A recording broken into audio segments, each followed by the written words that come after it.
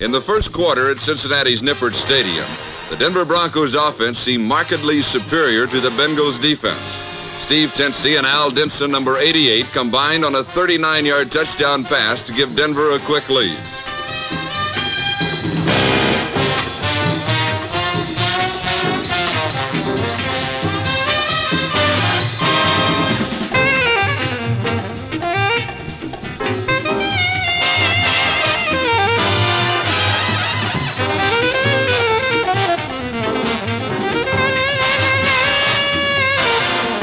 Minutes later, another Tensey pass, this one to Mike Hafner, set up a field goal, and the Broncos led by 10.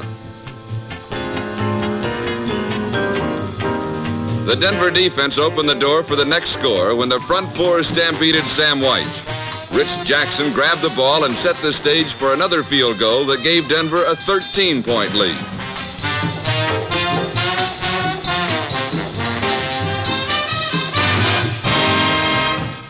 The Bengals bounced back with a rollout passing attack based almost entirely on the fine receiving of a rookie from Utah named Speedy Thomas, number 17.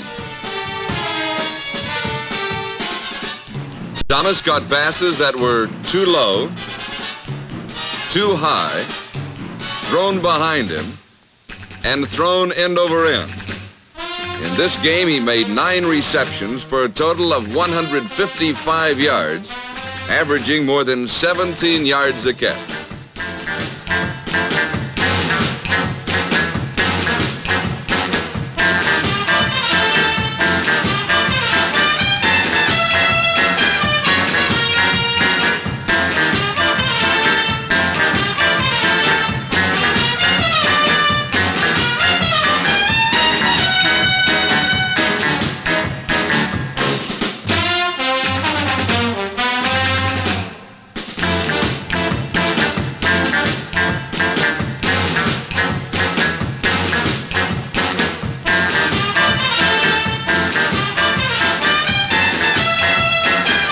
Midway through the second period, Thomas outlegged another rookie, Denver cornerback Grady Cavness, and pulled in a perfect pass to rack up Cincinnati's first touchdown.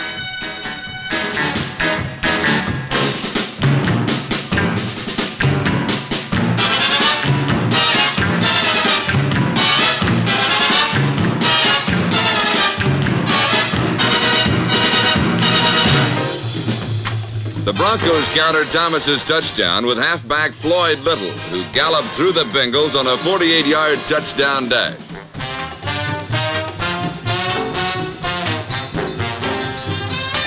For the second time in the game, Denver's defense provided the springboard to another touchdown.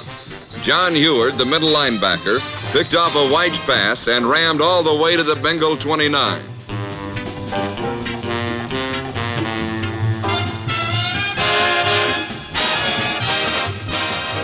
Tensey triggered a touchdown toss to Mike Hafner, and the Broncos led comfortably 30-6 at the half. In the second half, Sam White's arm retrieved some of Cincinnati's lost dignity with 2 scoring passes. The first, a delay pass to tight end Bob Trumpy, covered 23 yards.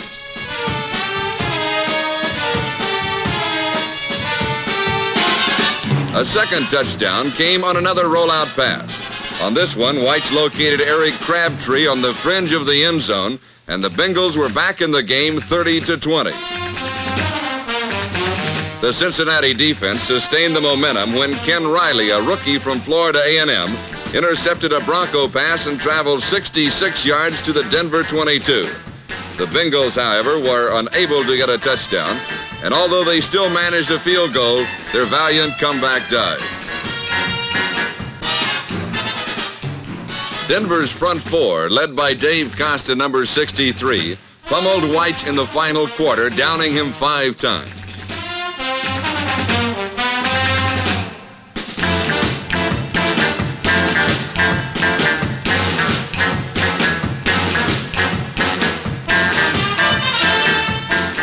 The Broncos unleashed a stable of hard chargers who reduced Cincinnati's defense to dust and secured a 30-23 victory for Coach Lou Saban.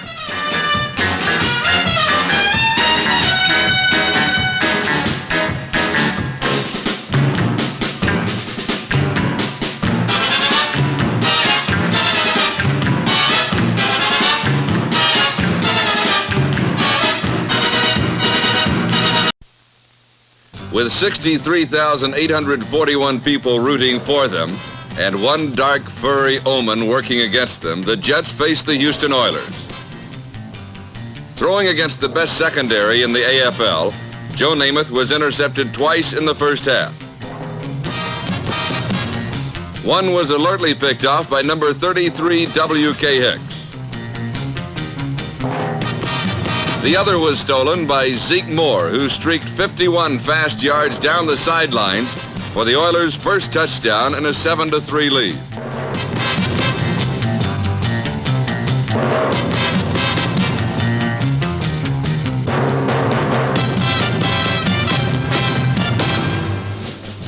Unperturbed by unlucky omens or thieving cornerbacks, Namath came back to burn Houston with a picture-book touchdown to high-stepping Don Maynard, number 13.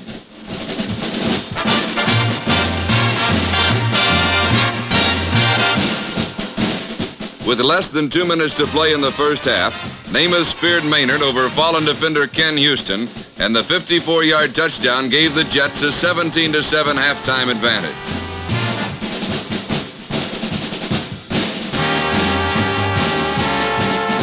Houston quarterback Pete Beathard moved the Oilers to their first offensive score on some reckless scrambling and some pinpoint passing.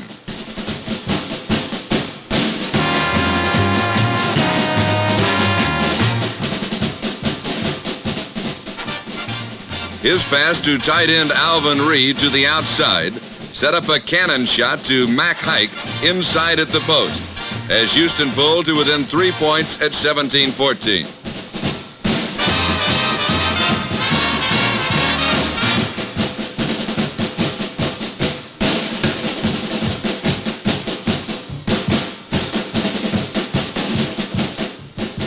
Namath continued to throw into the teeth of the Oilers' stingy defense, and he racked up more than 300 yards in the air.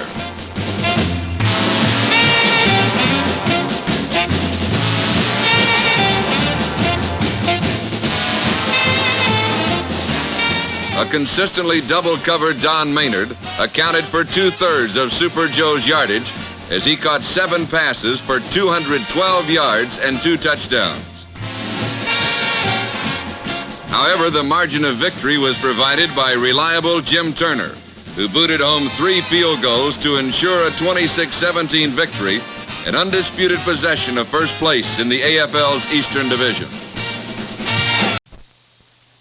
One of the hardest fought contests in the AFL last Sunday was waged in Kansas City.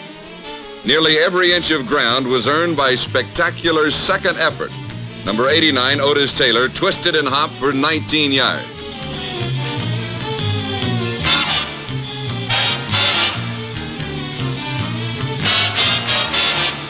Number 21, Mike Garrett, persisted for a spinning 9-yard touchdown.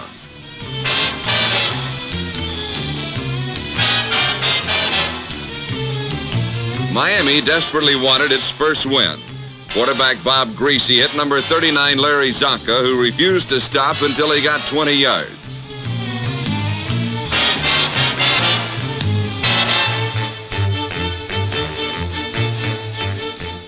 Miami rookie number 22, Eugene Mercury Morris, turned 2 punt returns into goals with second, third, and fourth efforts.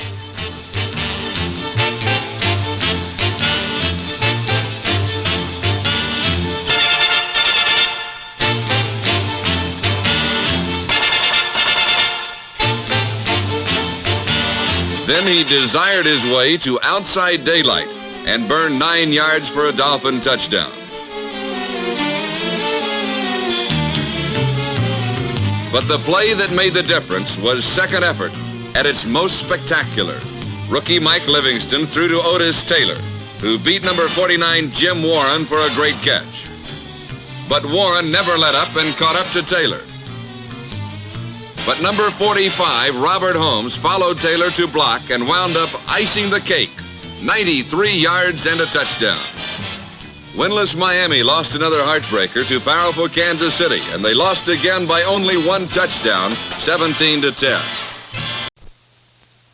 A record Oakland Coliseum crowd extended a warm reception to former Raider coach John Roush and his Buffalo Bills.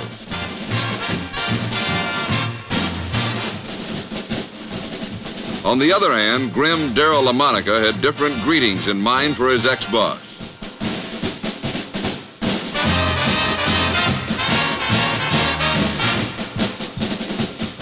He immediately launched an aerial barrage that soon turned Roush's homecoming into a nightmare.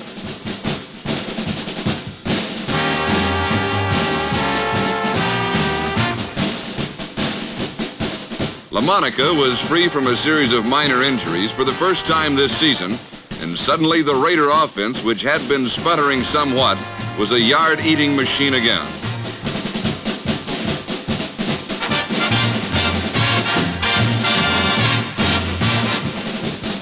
In the first quarter, old pro Billy Cannon tipped a LaMonica pass back to himself and eased into the end zone to begin the Raider landslide.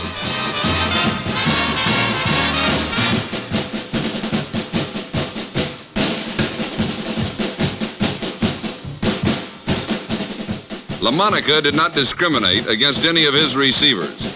He simply looked to the one who happened to be the most open. In this case, it was Pete Banaszak. The Bills supplied LaMonica with field position as they chipped in 7 fumbles and 2 interceptions. Warren Wells, number 81, helped to make sure that no opportunities were wasted.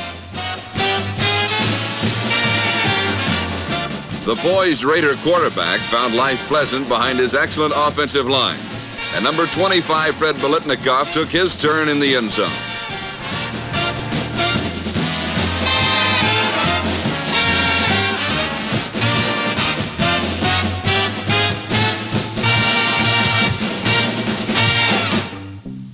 LaMonica's first half statistics appeared unreal. 17 completions for 275 yards and 6 touchdowns.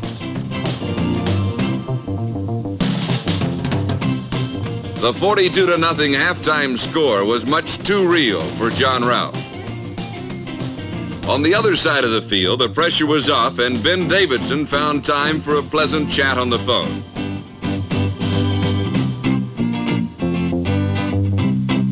The stunned Bills fought back gamely to avoid total humiliation. Jim Harris's touchdown pass to Avon Moses injected a bit of life back into the shell-shocked Buffalo defense, and it held Oakland to a safety and 2 field goals in the second half.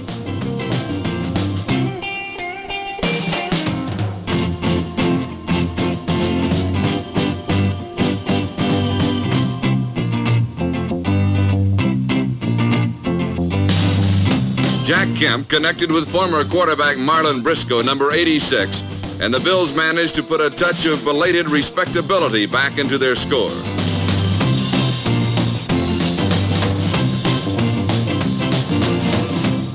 A determined and somewhat shifty fan made off with a game ball which Darryl LaMonica had earned. But LaMonica and his teammates were more than satisfied with a 50-21 victory, which kept them on top in the West. The worried look on San Diego coach Sid Gilman was a justified one, as the aroused Boston Patriots made it a long afternoon for Charger running backs, while stealing some of the offensive stage for themselves.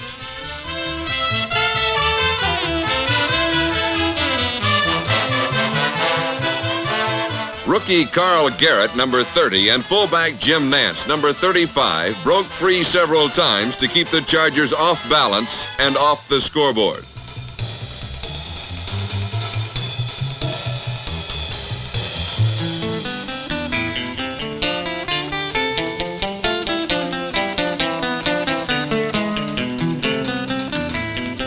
On their first possession of the game, Garrett took a screen pass from quarterback Mike Tolliver, and the Pats took a 7-0 lead.